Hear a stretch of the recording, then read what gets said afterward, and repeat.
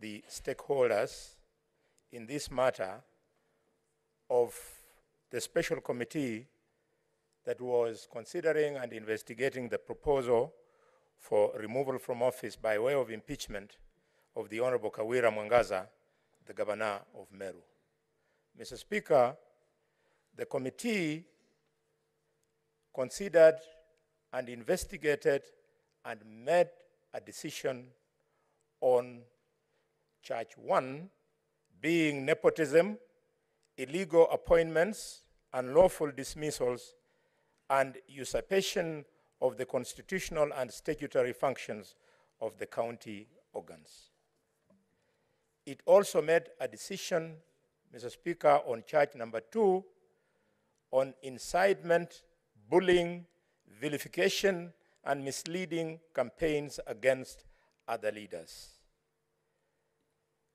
Mr. Speaker, sir, charge number 3 was processed in the same manner, and it was about forceful entry into the assembly precincts and mobilization of unlawful riots against members of the assembly. And charge number 4 was violation of public finance management laws. Charge number 5, finally, Mr. Speaker, was misconduct relating to nomination of county executive committee members. Mr. Speaker, sir, after the consideration and investigations, observations were made, conclusions were made, and by a decision of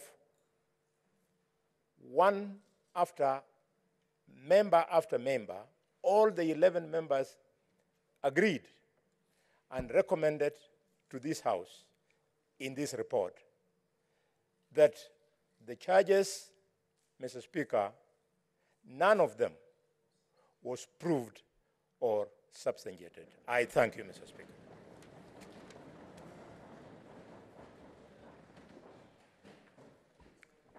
Thank you.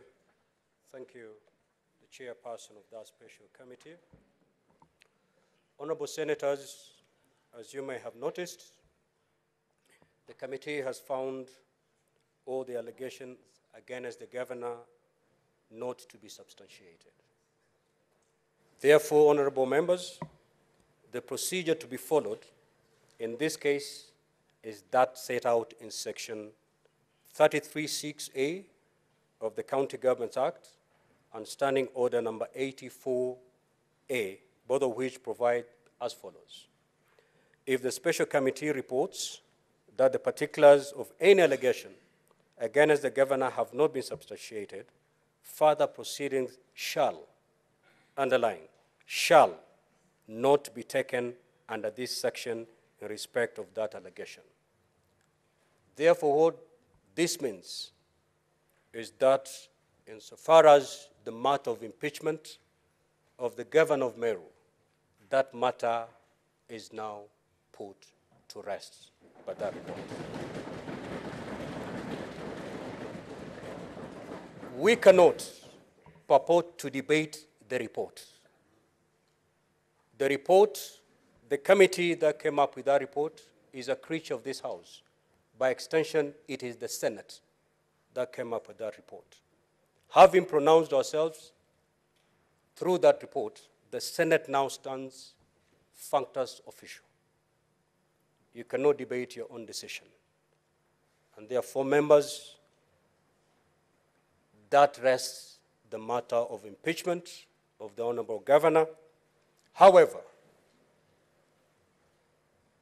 I'm aware, indeed, we have wise men and women in this chamber who may give us comments and opinions for the future, not for purposes of the impeachment of Governor Kawira Mwangaza. So I will allow those wise men and women to comment, but do not, repeat, do not take your comments to that report, because those comments will not in any way affect the validity or otherwise of that report. Your comments will not even remove or add a comma of that report. We simply want to seek your wisdom going forward.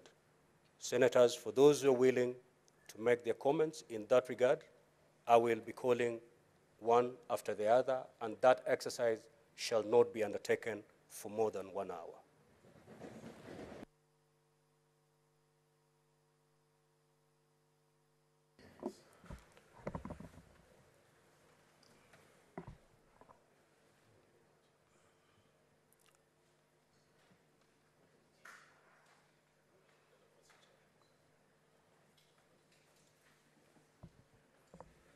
Senator Ngugi Joe Joseph Newton. Thank you, Mr. Speaker, for giving me this opportunity, and I thank God that today I'm the first one to make a contribution. Senator, maybe just before you proceed, I can see these quite a number of senators would wish to make some comments, and therefore we have to limit the time within which each one of us will speak. And I suggest we take 2 minutes per senator. Proceed, Senator. Thank you, Mr. Speaker, and I think I'm going to observe time. I thank the committee for the decision that they made, because all of us, though we were not members, were following maybe on our screens, and we were able to say, and we agree that most of those, or all of those allegations could not be proved. However, Mr. Speaker, because you have said that we can offer words of wisdom, and I thank God that the governor is here, I think most of the problems that are in Meru, Mr. Speaker, comes from maybe the way the governor carries out her business. She is a lady, an honorable lady, that has made great achievements, being the first woman to be elected on any other seat in Meru other than that of a woman rep, elected on an independent ticket, you know, flooring giants like Kiraito and Linturi.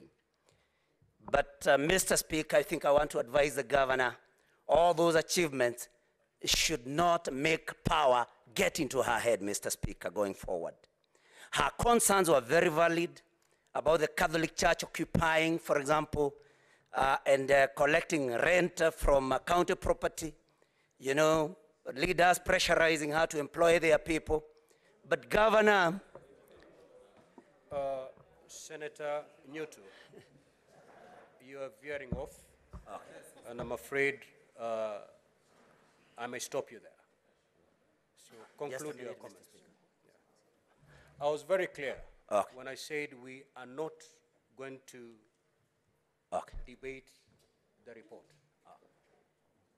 All I said is because we have men and women of wisdom going into the future, looking at the devolution. What would be your opinion? What would be your counsel?